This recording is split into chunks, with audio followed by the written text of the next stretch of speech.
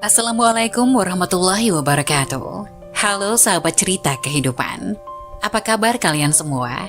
Syukur alhamdulillah kita bisa berjumpa lagi di channel ini. Salawat dan salam selalu tetap tercurah kepada junjungan kita, Nabi besar Muhammad Shallallahu Alaihi Wasallam. Tidak lupa kami sampaikan salam sehat, salam sejahtera. Semoga kita semua tetap dalam lindungan Allah Subhanahu wa Ta'ala. Seperti biasa, kita akan berbagi kisah dari yang unik, menarik, sampai bikin nangis. Semoga bermanfaat.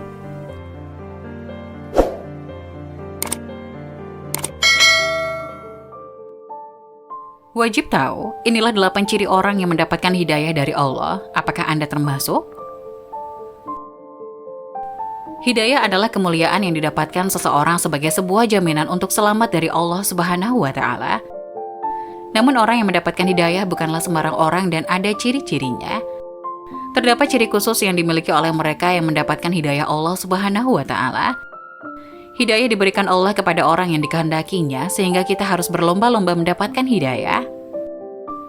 Barang siapa yang Allah beri hidayah, tidak ada seorang pun yang bisa menyesatkannya, dan barang siapa yang telah Allah sesatkan, tidak ada seorang pun yang bisa memberi hidayah kepadanya. Hidayah itu seperti sinar cahaya di saat purnama. Seseorang yang ingin menikmati indahnya cahaya rembulan harus keluar rumah untuk mendapatkan cahayanya, bukan hanya terdiam di dalam ruang yang gelap. Begitulah cahaya, yaitu didatangkan oleh Allah dan hanya diberikan Allah kepada makhluk yang dikehendakinya. Berharap untuk mendapatkan hidayah dari Allah adalah salah satu langkah yang baik untuk menjadi seorang muslim yang taat. Namun agar Allah senantiasa memberi hidayah kepada kita, maka kita harus turut serta menjemputnya dengan cara tidak malas dalam mencari hidayah tersebut. Berikut ini cara mendapatkan hidayah dari Allah yang wajib diketahui. 1. Memakmurkan masjid. Di sini, memakmurkan masjid diartikan dengan membangun, meramaikan dan mengatur administrasinya. Orang-orang yang memakmurkan masjid dengan membangun kemudian meramaikan masjid tersebut segera mendapatkan hidayah dari Allah. Ini adalah janji Allah dan janji Allah adalah pasti.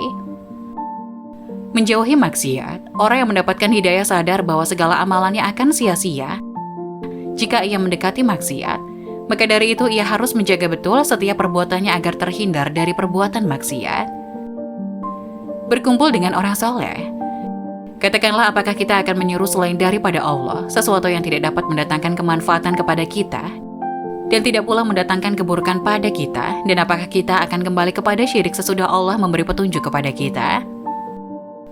Seperti orang yang telah disesatkan oleh jin di pesawangan yang menakutkan dalam keadaan bingung, dia memiliki kawan-kawan yang memanggilnya pada jalan yang lurus. Merasakan kerinduan kepada Allah. Orang yang mendapatkan hidayah di setiap relung hatinya terisi dengan kerinduan kepada Allah. Jika nama Allah terus disebut akan bergetar hatinya. Kalau dibacakan firman-Nya akan bertambah imannya. Ia bertawakal mendirikan sholat dan mengeluarkan zakat sebagai rizki syukur atas nikmat yang diberikan Allah. Hidup dengan rasa malu. Tidak hanya kepada Allah, tapi juga kepada makhluk Allah. Banyak habib yang menjelaskan betapa pentingnya seorang muslim dalam menjaga rasa malu seperti malu adalah sebagian dari iman.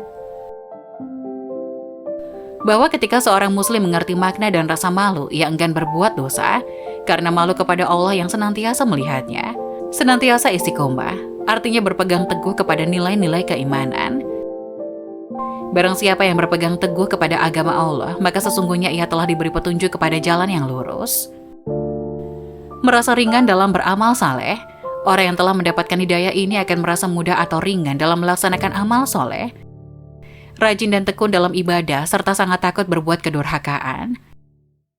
Sementara orang yang tidak mendapat hidayah akan berlaku sebaliknya, merasa malas dalam beramal soleh dan tidak bersalah bila berbuat maksiat. Semangat untuk belajar agama. Dalam anggota tubuh seseorang terdapat banyak bagian. Hati adalah pemimpinnya, mulut adalah penyampainya. Sedangkan kaki tangan adalah pelaksana, maka gunakanlah anggota tubuh dengan sebaik-baiknya untuk kebaikan dan hal bermanfaat. Setiap orang pasti mengalami hal yang berbeda terkait cara Allah memberikan petunjuk. Mungkin tanpa kita sadari telah mengalami dan berhasil menyikapi petunjuk Allah dengan benar. Namun bisa jadi juga kita kurang tepat dalam mengartikan petunjuknya sehingga mengambil sikap yang salah dan menyesal kemudian. Bagaimana kita akan menyikapi petunjuk tersebut? Maka kembali kepada kita, itulah 8 ciri orang yang mendapatkan hidayah dari Allah. Semoga penjelasan tadi dapat memberikan hikmah dan manfaat untuk penonton semuanya. Jangan lupa like, subscribe channel ini agar tidak ketinggalan info-info bermanfaat lainnya.